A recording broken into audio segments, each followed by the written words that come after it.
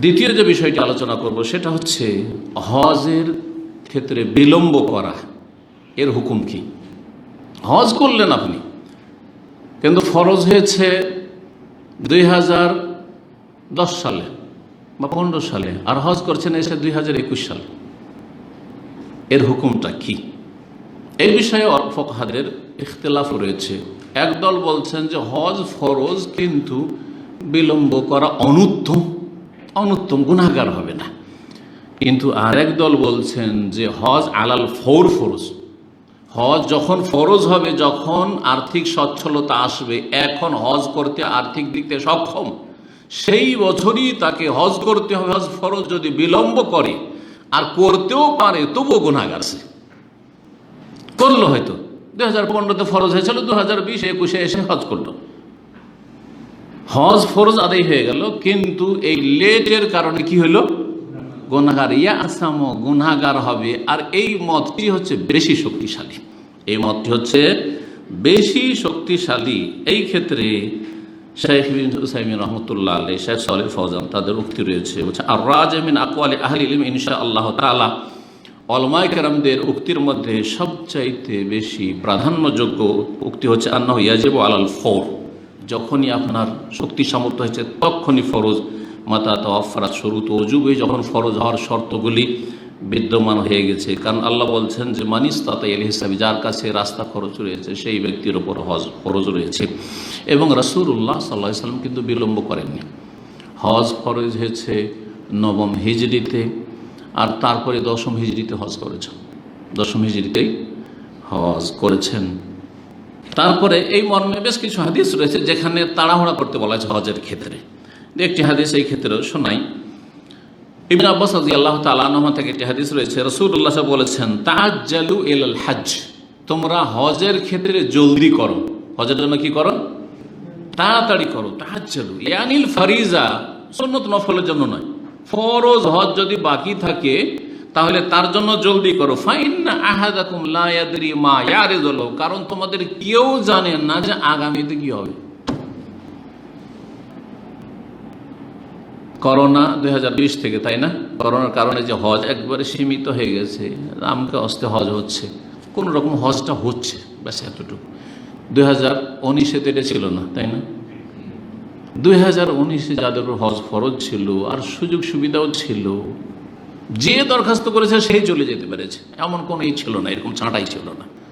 চিন্তা করুন তো দেখি, 2020-এ ফাইন্না আহাদাকুম লা ইয়াদরি, কেউ জানে না যে 2020-এ কি হবে, করোনা আসবে আর একেবারে হজ বন্ধ হয়ে যায়, মাত্র কয়েকশো লোক হজ করবে। 2021-এ জানি না কত লোক হজ করবে, আর যেখানে 100-তে একটা লোকও চান্স পায় না। 5.5 লাখ প্রায় অ্যাপ্লিকেশন হয়েছে, আর মাত্র হয়তো আল্লাহ জানে কয়জন হজ করবে। বুঝতে পারবেন, পরে জানতে পারবেন। তো কথা হচ্ছে যে কেউ জানে না যে আগামীতে কি হবে। এখনো যে এই যে সুযোগটা আছে, হতে পারে এটাও না থাকতে পারে, আল্লাহ না করে। এটা আমরা কখনো খারাপ ধারণা করবো না, সবসময় আল্লাহর কাছে হোসনে জান, ভালো ধারণা রাখবো। কিন্তু ওয়াফালুল্লাহ মা ইয়াশা, আল্লাহ যা ইচ্ছা তাই করতে পারে, আল্লাহর ইচ্ছাতে কেউ বাধা দিতে পারে না। মানুষ কি কল্পনা করতে পেরেছিল যে করোনাতে পৃথিবীকে থামিয়ে দেবে, বড় বড় মহাশক্তিধরকে থামিয়ে দেবে, আর এই বিমানগুলি আপনার বিমানবন্দরে, এয়ারপোর্টে পচে সরে সব নষ্ট হয়ে যাবে? সুবহানাল্লাহ। নিয়ে গিয়ে কোথায় নিয়ে গিয়ে মরুভূমিতে রেখে আসবে, কারণ এয়ারপোর্টের ভাড়া দিতে পারছে না, পড়ে আছে বছরকে বছর। সুবহানাল্লাহ, কল্পনা করতে পারেন না। মা অসুস্থ, বাপ অসুস্থ, প্রিয়জন অসুস্থ, স্ত্রী অসুস্থ, ছেলে অসুস্থ, যেতে পারছেন না, এখান থেকে ওখানে নড়াচড় করতে পারছেন না, কল্পনার বাইরে সব কিছু। সুতরাং হজের ক্ষেত্রে সজাগ হবেন। ফাইন্না আহাদাকুম লা ইয়াদরি মা ইয়ারিদু, কেউ জানে না যে আগামীকালকে কি হবে, আগামী দিনে কি হবে। মুসনাদ আহমদের হাদিস 2721, আবু দাউদ মুস্তাদরাক হাকিম হাদিস, আল্লামা আলবানী হাদিসটিকে সহিহ বলেছেন।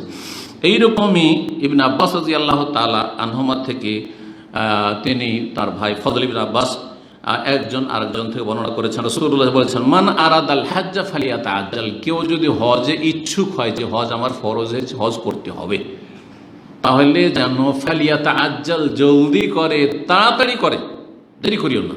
ফাইন্নাহু কাদ ইয়ামরাজুল মারিজ, হতে পারে যে কেউ অসুস্থ হয়ে যেতে পারে, আরে ভাই আজকে সুস্থ আছে, আগে বছর অসুস্থ, অচল, নিজে আর করতে পারলেন না, বদলি মনে আক্ষেপটা থেকে গেল যে হাই আমি বেঁচে থেকেও নিজের হজটা করতে পারলাম না। কত আক্ষেপ, চিন্তা করুন তো দেখি। হতে পারে যে আপনার যে বাহন আছে হারিয়ে যেতে পারে। দেখেন রাস্তা নেই, বিদেশিদের জন্য হজের ব্যবস্থা নেই, তাদের দল্লা হারিয়ে গেছে, নেই, অথবা টাকা পয়সা নেই, হাজা, অথবা এমন প্রয়োজন পড়ে গেল যে টাকা থেকেও হজ করতে পারছেন না। হজে আপনার 15,000 রিয়াল খরচ হবে, আর আপনার স্ত্রী, আপনার বাপ মার কারো চিকিৎসায় আপনার ধরুন অপারেশন করাইতে হবে, ওখানে লাগবে, কোনটা করবেন আগে? আগে ওইটা করতে হবে, জান বাঁচাইতে হবে, করতে পারলেন না। সুতরাং মান আরাদাল হাজ্জা ফালিয়াতাআজ্জাল, কেউ যদি হজে ইচ্ছুক হয় যেন তাড়াতাড়ি করে। মুসনাদ আহমদের হাদিস, ইবনে মাজার হাদিস, আল্লামা আল-আলবানী হাদিসটিকে হাসান বলেছেন।